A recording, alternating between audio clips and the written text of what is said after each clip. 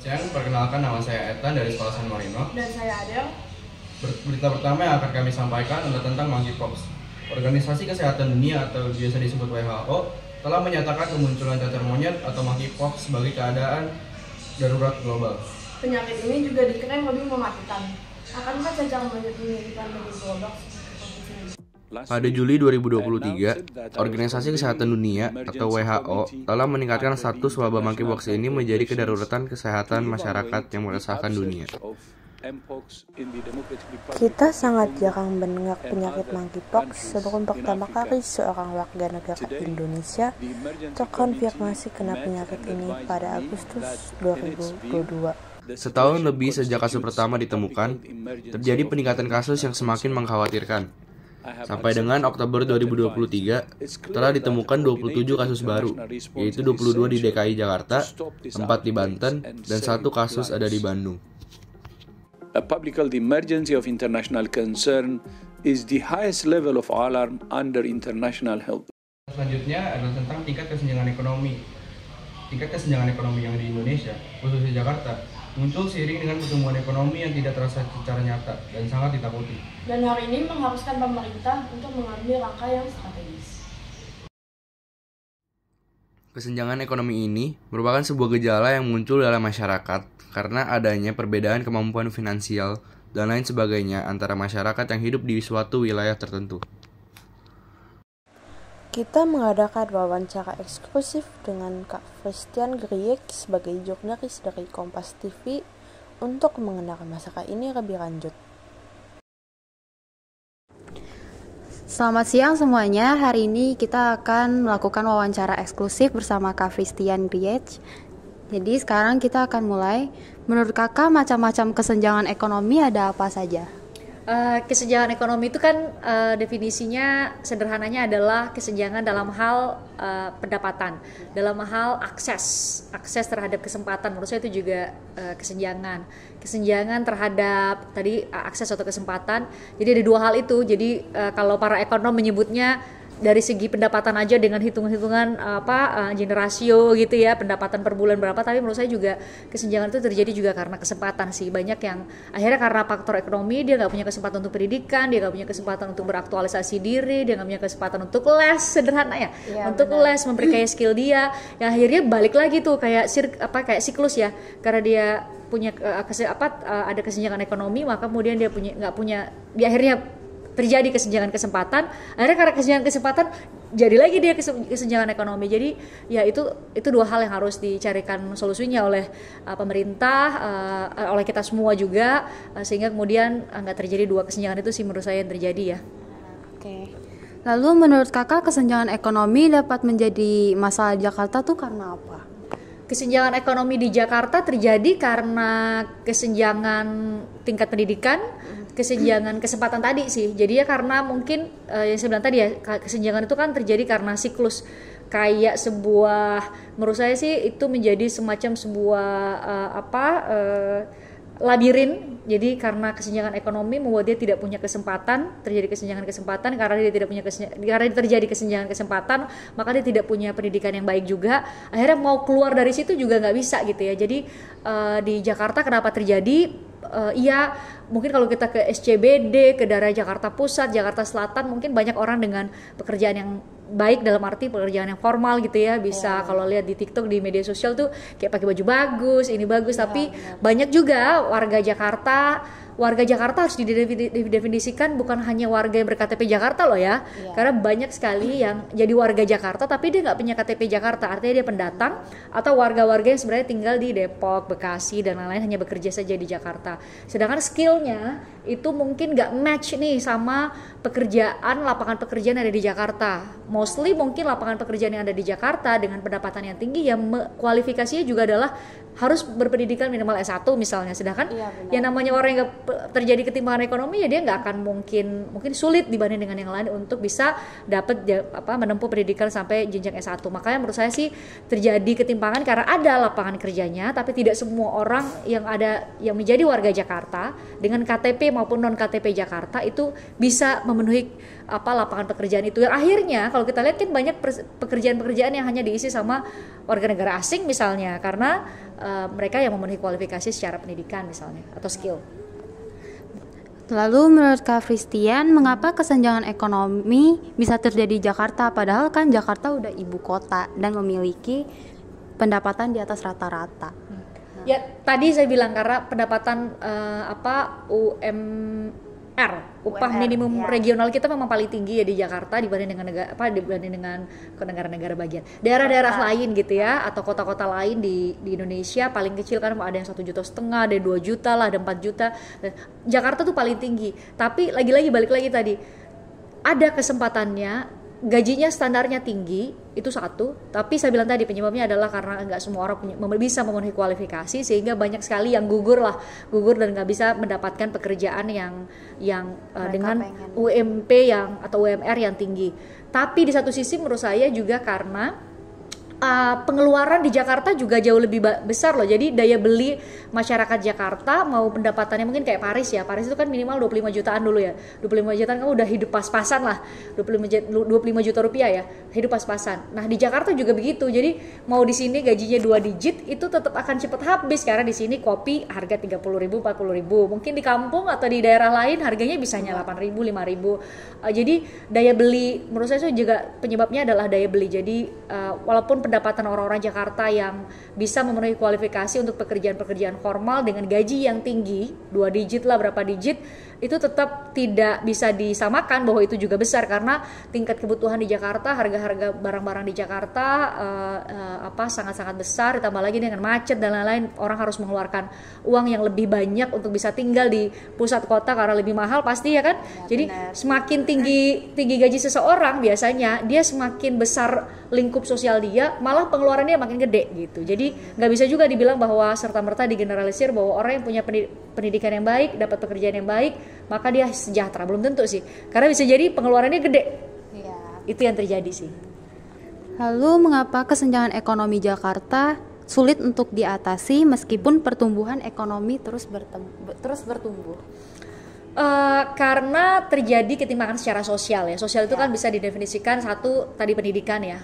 Jadi tidak semua orang warga Jakarta berKTP Jakarta maupun non Jakarta itu punya skill untuk bisa memenuhi kualifikasi pekerjaan-pekerjaan formal ya yang ada di Jakarta. Yang akhirnya kemudian banyak yang memilih untuk bekerja non formal ya, jadi tukang atau jadi jadi berjualan di gerobak dan lain-lain, dan itu nggak apa-apa, itu juga sebuah kesempatan yang mungkin mereka nggak dapatkan ketika tidak berada di Jakarta. Tapi kan nggak bisa mengejar ketertinggalan tadi ya, ketertinggalan dengan mereka yang bekerja secara formal. Jadi menurut saya mungkin pemerintah daerah di Jakarta bisa memberikan program-program atau memperbanyak program-program yang mungkin nggak harus pendidikan formal ya. Pendidikan formal itu kan nggak semua orang bisa pintar fisika, nggak semua orang bisa pintar matematika.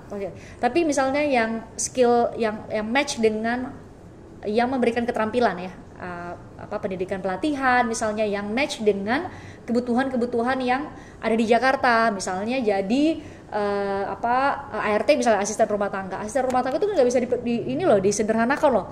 Asisten rumah tangga itu kan yang bersentuhan langsung sama makanan. Dia misalnya dikasih pengetahuan mengenai gizi. Kan enak kita punya ART yang mengerti mengenai gizi. Dia bisa masak makanan yang bergizi. Itu kan bisa memenuhi kebutuhan meningkatkan sumber daya manusia anak-anak misalnya ya. Atau misalnya tukang yang bisa dikasih skill sehingga kemudian dia bisa meminta gaji yang lebih tinggi dibanding dengan mereka yang nggak punya skill hanya bisa menjadi tukang angkut misalnya. Jadi menurut saya sih mungkin pemerintah yang bisa lakukan adalah mengintervensi dengan memperbanyak pelatihan dasar yang bisa meningkatkan skill tanpa harus melalui sekolah-sekolah formal sih. Terus dampak dari kesenjangan atau ketimpangan ekonomi di Jakarta tuh apa? Oh banyak sekali. Kalau secara umum pasti yang yang paling kelihatan adalah karena saya dari sisi hukum saya melihatnya paling banyak ya karena akan menimbulkan tingkat kriminalitas yang tinggi gitu. Kenapa sih ada pencopet ya? Karena dia lapar. Kita bilang itu benar. kita nggak membenarkan itu ya, tapi karena dia lapar, dia punya kebutuhan, maka dia menjadi pencopet, dia menjadi perampok. Itu yang sering terjadi. Dia nyolong makanan gitu ya, dia hanya buat makan doang nih, bukan buat apa-apa loh, hanya buat makan doang dia harus nyolong. saya nggak bilang bahwa tindakan itu benar, tapi itu adalah ada penyebab lain, dan itu adalah nggak hanya dilihat sebaiknya jangan dilihat hanya sebagai kasus hukum gitu ya, tapi dilihat sebagai masalah atau masalah hukum gitu, tapi dia juga sebagai masalah sosial. Karena itu menurut saya adalah akibat dari tadi ketimpangan ekonomi yang terjadi dan nggak ada jalan keluarnya. Karena saya bilang tadi ya labirin, dia udah miskin, dia susah dapat pendidikan. Karena dia susah dapat pendidikan maka dia nggak bisa keluar dari kemiskinan itu. Jadi menurut saya sih ya tingkat kriminalitas, kecemburuan sosial, orang jadi sensi banget sama misalnya lihat orang yang orang kaya udah pasti nyinyir sama orang kaya. Padahal mungkin orang kayanya juga nggak sesombong itu misalnya ya. Jadi tidak terjadi hubungan baik antara mereka elemen masyarakat satu sama lain, sehingga jadinya sih mungkin jadi individualis ya, nggak punya kalau di daerah-daerah itu Indonesia itu seharusnya punya tingkat kekerabatan yang sangat tinggi, tapi itu nggak terjadi di Jakarta. Coba kalau di daerah lain satu sama lain kamu tanya satu rumah ke rumah yang lain itu saling kenal, bahkan satu RT satu RW itu udah tahu kok namanya siapa. Kalau di Indonesia di Jakarta kan nggak terjadi ya. Gitu. Oke. Kita lanjut ya. Sebagai warga Jakarta, apa yang bisa kita lakukan untuk mengurangi atau mengatasi masalah kesenjangan ekonomi ini? Banyak sekali sih, tergantung dari saat ini kita semua berada di mana. Misalnya teman-teman yang masih sekolah berarti ya sebaiknya tidak hanya sekolah tapi juga belajar skill-skill lain gitu ya. Belajar skill-skill lain, atau misalnya saat ini kan pemerintah mendorong kewirausahaan ya. Jadi jangan sampai kita menjadi pencari kerja tapi menciptakan lapangan kerja, bikin startup atau bikin usaha-usaha online. Nah itu skill-skill yang saat ini kan nggak memerlukan, misalnya nggak perlu kantor, nggak perlu karyawan yang harus berkumpul banyak dan lain-lain. Mungkin dari situ kali ya, mungkin saya mengimbau bagi yang punya kesempatan oleh Tuhan dikasih rezeki untuk punya kesempatan berpendidikan, punya uang yang cukup, maka mungkin bisa goalsnya adalah jangan mencari kerja lagi tapi bisa menciptakan lapangan kerja.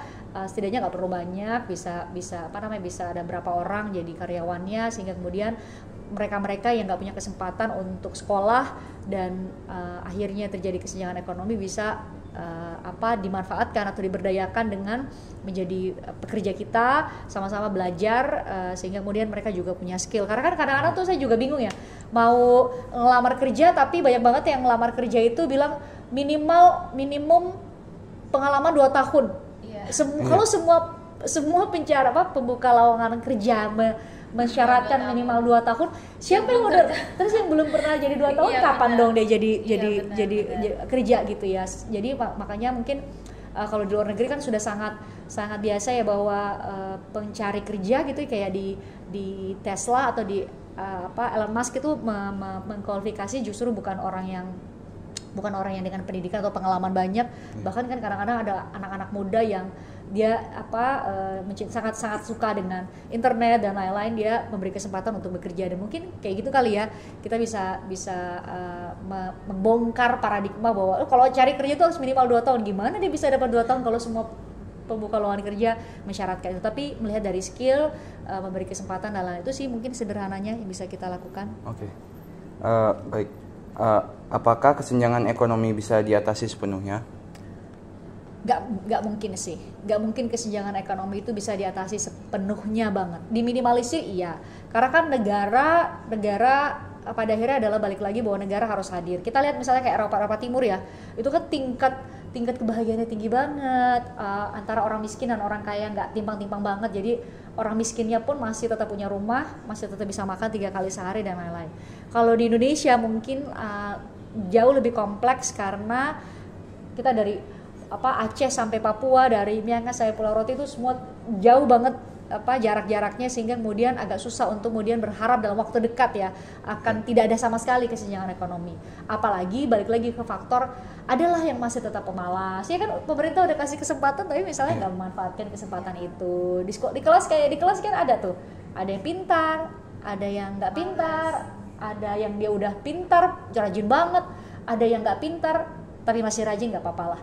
Tapi ada yang udah nggak pintar, nggak rajin dan masih malas ya. Main-main terus. Nah, apakah misalnya kayak guru ibaratkan sebagai pemerintah ya, bisa mengintervensi sedemikian rupa memaksa semua orang harus pintar sama-sama rata, nggak bisa kan. Bisa. Itu bakal balik lagi ke kita sendiri ketika ada kesempatan yang diberikan sama pemerintah, apakah mau atau enggak. Jadi kalau untuk dibilang bahwa akan zero banget nih ketimpangan yang terjadi, kayaknya nggak mungkin.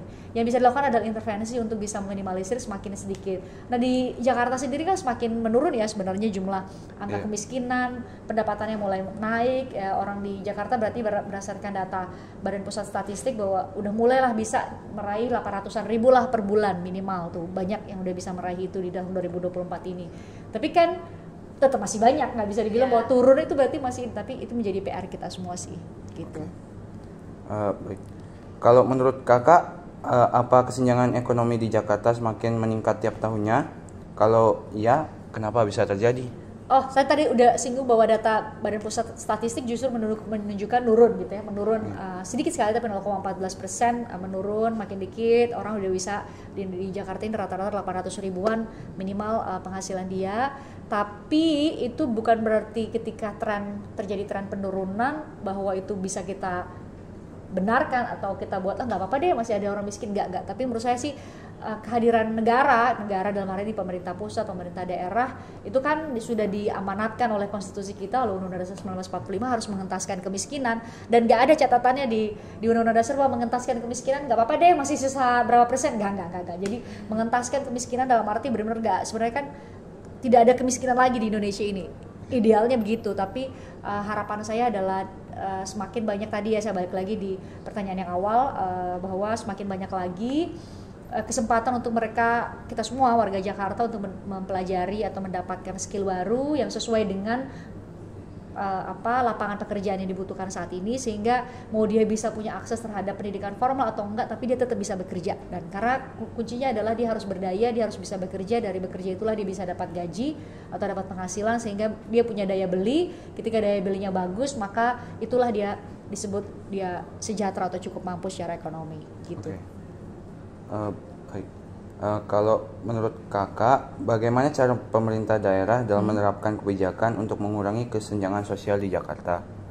Tadi salah satunya sih menurut saya yang perlu dilakukan oleh pemerintah daerah adalah satu, di sekolah-sekolah non formal dibanyakin pelatihan, atau di sekolah formal pun dibanyakin juga pelatihan dalam arti kesempatan untuk mempelajari skill, karena ternyata banyak sekali yang pintar secara akademik belum tentu dia langsung bisa kerja loh.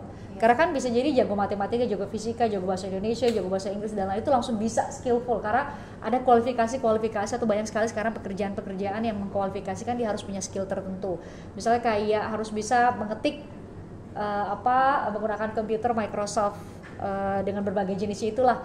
Kan nggak semua orang bisa menggunakan Excel misalnya ya, atau membuat kerajinan tangan, kan nggak semua orang yang jago fisika atau pinter sekali matematika bisa bikin kerajinan tangan itu. Jadi menurut saya sih pemerintah yang harus lakukan adalah memetakan jenis-jenis lapangan pekerjaan apa yang sekarang paling dibutuhkan, sehingga kemudian itu jadi istilahnya link and match. Jadi bisa di matchkan dengan skill yang diajarin di sekolah-sekolah atau di pelatihan-pelatihan, sehingga kemudian yang keluar dari atau yang lulus kursus, yang lulus dari sekolah tuh langsung bisa kerja gitu. Jangan sampai kemudian nih orang jago fisika banyak banget tapi ternyata yang dibutuhin buat lapangan pekerjaan buat yang jago-jago fisika juga sedikit, jadi nggak terserap. Kan masalahnya situ ya, jangan sampai kemudian ada gap skill maupun pengetahuan antara yang dihasilkan oleh sekolah, oleh pelatihan-pelatihan itu dengan lapangan pekerjaan yang diciptakan gitu. Jadi seharusnya pemerintah bisa ambil peran di situ untuk memetakan lapangan pekerjaan seperti apa yang dibutuhkan oleh dunia kerja atau industri, sehingga kemudian itu bisa di link and match dengan pendidikan formal maupun non formal. Oke. Baik.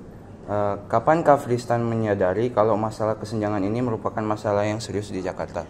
Sedari dulu sih, karena kan kita sangat dekat kita berinteraksi satu sama lain setiap hari. Kita lewat jalan, mungkin jalan setiap hari pagi dan lain-lain, bisa lihat di situ masih ada pemulung, di situ masih ada yang berantem lah, masih ada yang emosi karena motornya saling pepet, atau emosi karena mobilnya ditabrak, digores sama orang lain. Itu kan sebenarnya bentuk-bentuk atau wujud dari terjadinya ketimpangan sosial, karena semua akibat dari ketimpangan sosial ya, karena semua mau kerja di jam yang sama. Bayangkan, karena lapangan pekerjaan hanya ada lapangan pekerjaan yang formal doang, nggak bisa punya pilihan lain. Jadi orang tuh berbondong-bondong gimana caranya nyampe tempat kerja dengan cepat, jualan di tempat yang nggak tertib. Coba lihat deh, masih ada loh pinggir-pinggir jalan yang tempat jualan, tapi dari perspektif hukum kan itu salah, tapi dari perspektif sosial ekonomi kasihan mau jualan di mana lagi coba.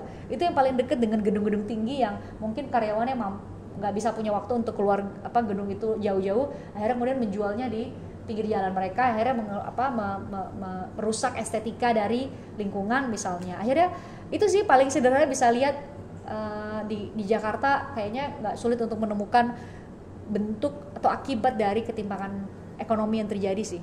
Itu sangat-sangat nyata di depan mata kita semua sih. Oke, Kak.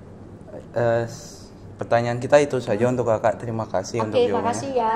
Sama-sama. Thank you. Terakhir pada siang hari ini adalah tentang megatrust. Gempa bumi megatrust menjadi topik hangat akhir-akhir ini. Gempa ini berpotensi untuk menciptakan tsunami besar yang dapat menghancurkan wilayah sekitar dalam waktu singkat. Namun, BMKG masih belum bisa memastikan kapan bencana alam ini akan terjadi. Untuk diketahui, gempa megatrust adalah gempa bumi yang sangat besar yang terjadi di zona subduksi, wilayah tempat salah satu lempeng tektonik bumi terdorong di bawah lempeng lainnya.